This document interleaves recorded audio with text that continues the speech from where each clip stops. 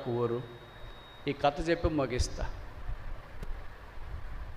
ఆ ఊర్లో ఒక టీనేజ్ గర్ల్, బర్డ్స్ ఇంట్రమేట్ అనుకో, ఆమె ప్రభుని నమ్ముకుంది. చాలా సంతోషంగా ప్రభుని సేవిస్తూ ప్రభు కొరకు సాక్షిగా ఉంటుంది. ఓసారి ఇలాగ ఆదివారం మందిరం పోతే పాస్టర్ గారు వాక్యం చెప్పారంట, ప్రభువు మనకి ఏది ఇస్తే అది మనం ప్రభు కొరకు వ్యయపరచుకోవాలా.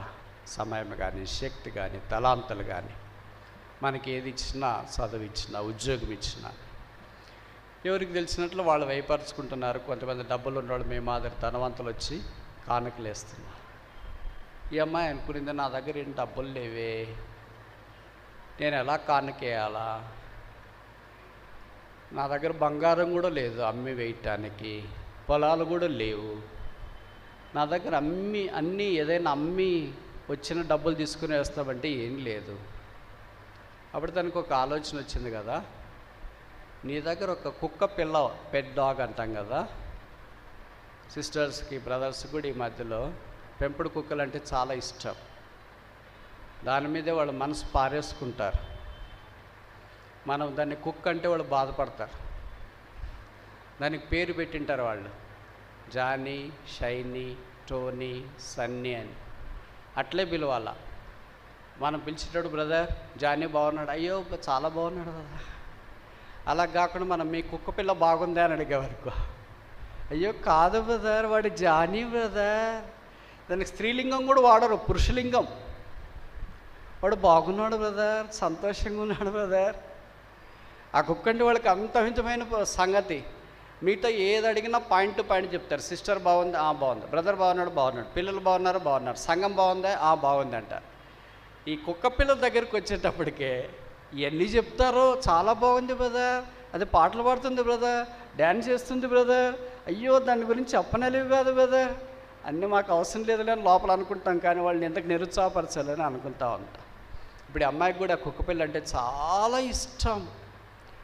లోపల ఏదో స్వరం వచ్చిందంట, ఈ కుక్కపిల్లని నమ్మి ఆ వచ్చిన డబ్బులు ప్రభుకి ఇవ్వచ్చు కదా అని. అబ్బా, కుక్కపిల్ల నాకు ఈ స్మార్ట్ ఫోన్ లాంటిది, దాన్ని నమ్మితే ఇంకేమైనా ఉందే, నా గుండె ఆగిపోయినట్లే, నేను దాన్ని అమ్మలేను అని రోజు కుక్కపిల్లని బయటికి తీసుకెళ్ళి వాకింగ్ మాదిరి తీసుకురావడం. బహుశా మీలో చాలామందికి తెలియదేమో, ఆ పెంపుడు కుక్కలు పెంచుకున్న వాళ్ళకి దాని మీద అనురాగము, బంధం చాలా తెలుస్తుంది కదా.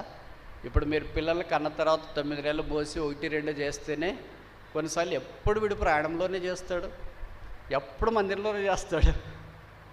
ఇలా బహుశా మీరు బాధపడుతుంటారు. ఈ కుక్క పిల్లలు పెంచుకున్న వాళ్ళు ఎలాగ చేస్తారో తెలుసా, పాశ్చాత్య దేశాల్లో దాన్ని ఇప్పుడు మీ జాతర మాదిరి తీసుకెళ్తే అది అక్కడ 1-2 చేస్తే ప్లాస్టిక్ సంచులు తీసుకెళ్ళింటారు వీళ్ళు.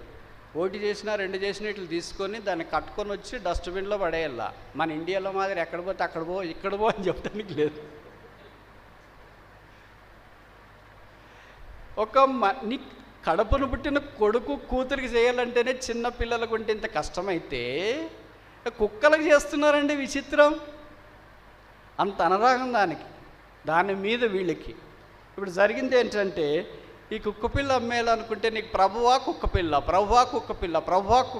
ఈ పోరాటం వస్తూ ఉంది రోజు. అమ్మాయికి ఒక పేరు పెడదాం, ఎల్సీ. ఎవరు లేరు కదా ఇక్కడ, ఎవరైనా ఎల్సీలు ఉన్నారా? పేరు మారుస్తూ ఉంటే, ఎల్సీ నీ కుక్కపిల్ల అమ్మే. దాన్ని అమ్మితే ఏమొస్తుంది, అంత పెద్ద రేటు కూడా లేదే, జామన్ షపాడే కావచ్చు. ఒక పూట భోజనానికి వస్తుందే, ఒక $100 అనుకోండి, అంటే ఒక 10,000 రూపాయలు అనుకో. ఏమొస్తుంది దాన్ని అమ్మితే? అంత రాదు కదా. ఎంత వస్తుందే అనవసరం. కుక్కపిల్ల అమ్మి దాన్ని కానక తీసుకొని వచ్చి దేవుడి పని కొరకు వాడాలా. తనకి ఎవరో తెలిసిన ఒక డాక్టర్ ఉన్నాడు ఆ ఊర్లో. ఆయన ఎప్పుడో ఒకసారి ఈ అమ్మాయి కుక్కను బయటికి తీసుకెళ్ళింటే అడిగాడు, అమ్మాయి కుక్కపిల్ల బాగుందా, నాకు ఇస్తావా, నేను డబ్బులు ఇస్తా అన్నాడు. నేను దీన్ని ఇయ్యను, ఇది నాకు చాలా ఇష్టం. ఎంత ఇష్టమో తెలుసా, ఐ లైక్ దిస్ క్యూటీ. ఇప్పుడు దాన్నే అమ్మాలా. ఒకరోజు డాక్టర్ దగ్గరికి వెళ్ళింది, డోర్ బెల్ కొట్టింది. డాక్టర్ తల తీసినాడు, ఏంటమ్మా ఇలాగొచ్చావని అన్నాడు. నా కుక్క పిల్లని నమ్ముతున్నాను. షాక్. అమ్ముతున్నావా? ఏంటి నువ్వు అమ్మవే, ప్రాణంతో సమానంగా చూసుకున్నావే? లేదు అమ్మే, దీని మాసన్నమైంది, దీన్ని నమ్ముతున్నాను. ఎందుకు అమ్ముతున్నావు అమ్మాయి? కారణం చెప్పను, అమ్మేస్తున్నా. ఎంత? మీ ఇష్టం డాక్టర్, ఎంత ఇవ్వండి. ఇదిగో 10,000 తీసుకో. 10,000 ఇచ్చి ఆ 10,000 తీసుకున్న తర్వాత అమ్మాయి ఇంటికి వచ్చింది. ఇప్పుడు హృదయంలో పోరాటం. కుక్క పిల్ల నాకు ప్రియమైంది, నా యేసు నాకు అంతకంటే ప్రియమైన వాడు. I am my beloveds, my beloved is my. నేను నా ప్రియుని దానను, నా ప్రియుడు నా వాడు. వెళ్ళి ఆ 10,000 దేవుని పని కొరకు వినియోగించింది. కుక్క పిల్ల లేకపోతే నిద్ర పట్టట్లేదు, రోజులు గడుస్తున్నాయి, చాలా బాధతో ఉంది. ఒక్క దినం తన ఇల్లు బెల్లు నొక్కినట్లయింది. ఏంటి అని తలుపు తీసింది. నేర కుక్క పిల్ల వచ్చింది, తన కుక్క పిల్లే ఇంటి దగ్గరకు వచ్చి నిలబడింది. దాని మెడకు ఒక చీటీ కట్టినారు, లెటర్. ఆ లెటరు ఏంటా అని చూసింది. ఆ లెటర్లో ఇలాగ రాసింది. చెప్పనా? ఇంత సస్పెన్స్ పెడితే ఎట్లా బ్రదర్? దాంట్లో ఏం రాశారంటే, అమ్మాయి పేరు ఎల్సీ కదా, ప్రియమైన ఎల్సీ, నువ్వు యేసుప్రభుని నమ్మకం యేసుప్రభు కొరకు జీవిస్తున్నావని విన్నాను.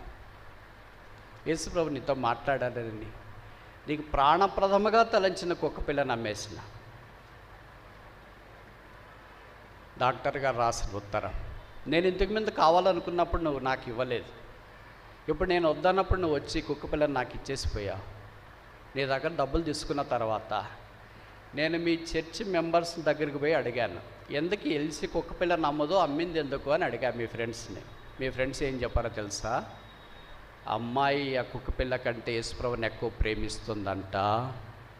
యేసుప్రభు యొక్క ప్రేమను తలుచుకున్నప్పుడు ఈ కుక్క పిల్ల సమానమైంది కాదని దాన్ని అమ్మేసి ఆ డబ్బులు తీసుకుని వచ్చి యేసుప్రభు యొక్క సేవకి ఇచ్చేసింది.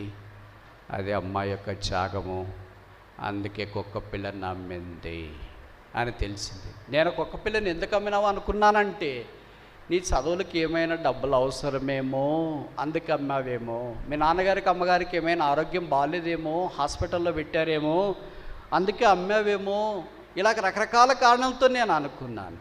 కానీ నా కారణాలనే తప్పని అర్థమైంది. నువ్వు యేసు ప్రభుని ఇంతగా ప్రేమిస్తుంటే నాకు ఆ యేసు కావాలి. ఈ కుక్క పిల్ల నీ దగ్గరే ఉంచుకో, ఆ 10,000 కూడా నీకు గిఫ్ట్.